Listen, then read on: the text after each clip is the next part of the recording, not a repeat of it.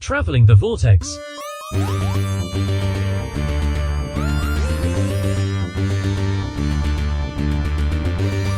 We're traveling the Vortex with the Fugitive Doctor and landed at an origin story. The Doctor has absconded with her TARDIS. It seems we have a deserter on our hands. I'm Glenn, and if you've been a listener to the podcast, you know that I have recently been reviewing the Doctor Who cross-media event Circuit Breaker. So far, I've talked about the unit website short story called Calling the Doctor, and the Titan comic story, Adversary of the Daleks. I even shared my review of the recently revealed Fugitive Doctor's very own sonic screwdriver. And while we wait for the next installment, I thought I'd take some time looking at some other Fugitive Doctor stories.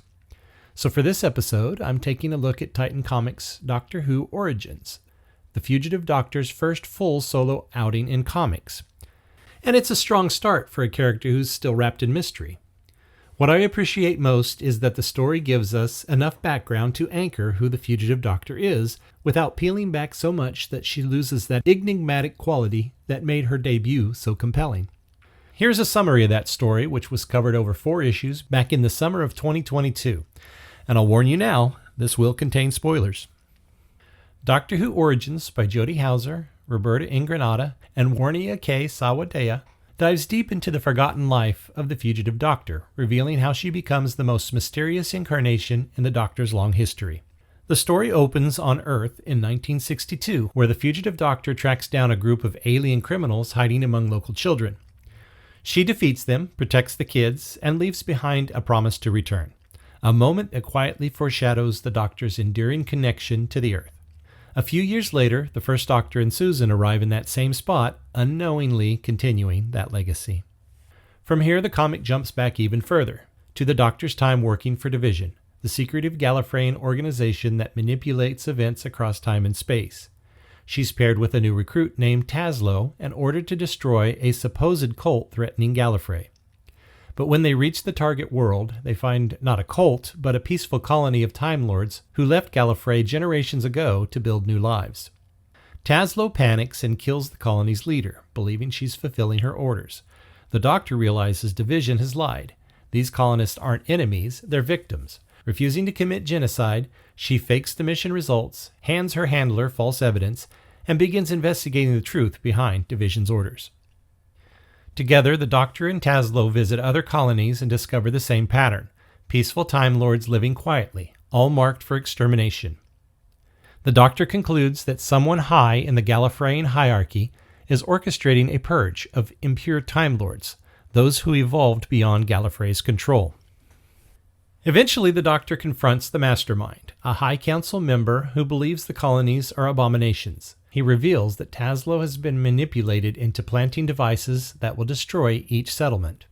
Taslow, horrified, helps the Doctor evacuate survivors before the detonations begin, sacrificing her own freedom in the process. The Doctor rescues what lives she can, relocates them to safety, and turns her back on Gallifrey forever. Division brands her a deserter, the moment she truly becomes the Fugitive Doctor. The story closes with Division acknowledging her disappearance, setting the stage for her later appearance in Fugitive of the Judoon, and tying directly into the revelations of the Timeless Child and Flux.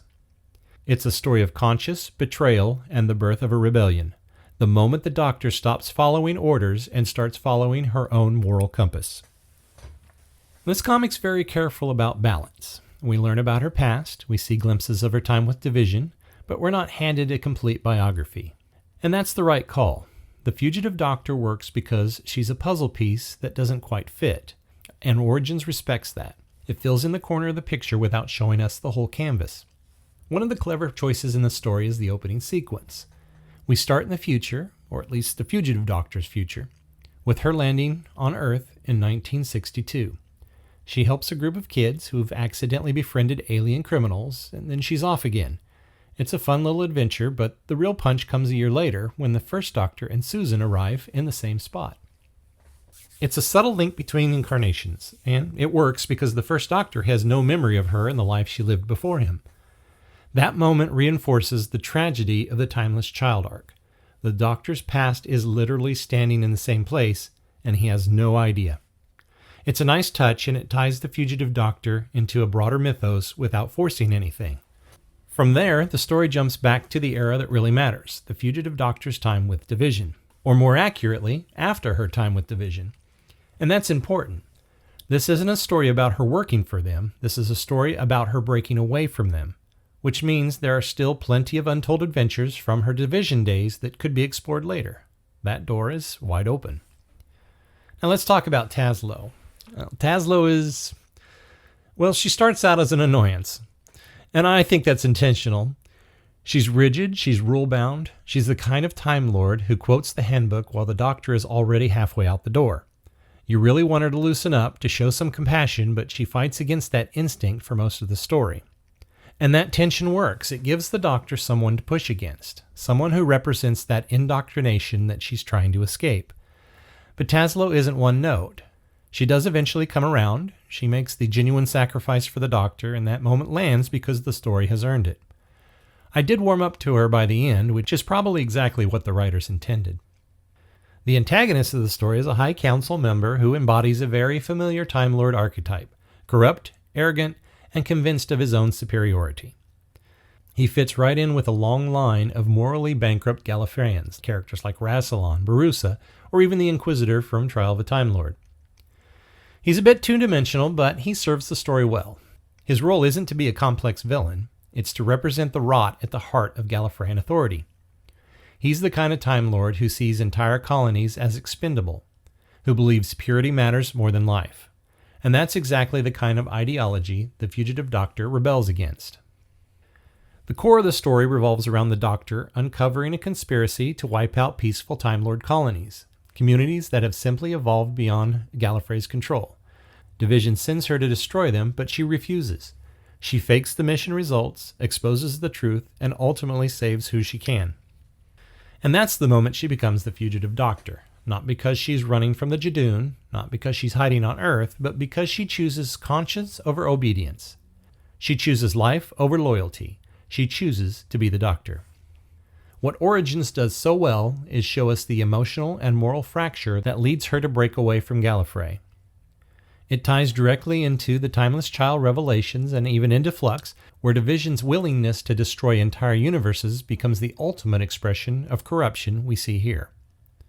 This comic doesn't answer every question, and it shouldn't, but it does give us a clearer sense of who the Fugitive Doctor is, what she stands for, and why she's so important to the Doctor's larger story.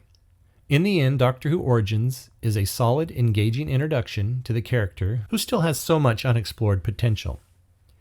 It represents the mystery, expands the mythology, and gives us a compelling look at the Doctor's forgotten past. And if this is the foundation for future Fugitive stories, I think we're in good hands. So have you read the Origins comic series? Tell us what you thought about the story down in the comments. And we're back with more Circuit Breaker reviews next time with the Honorable Society, found in Doctor Who Magazine, issue 632. Until then, cheers!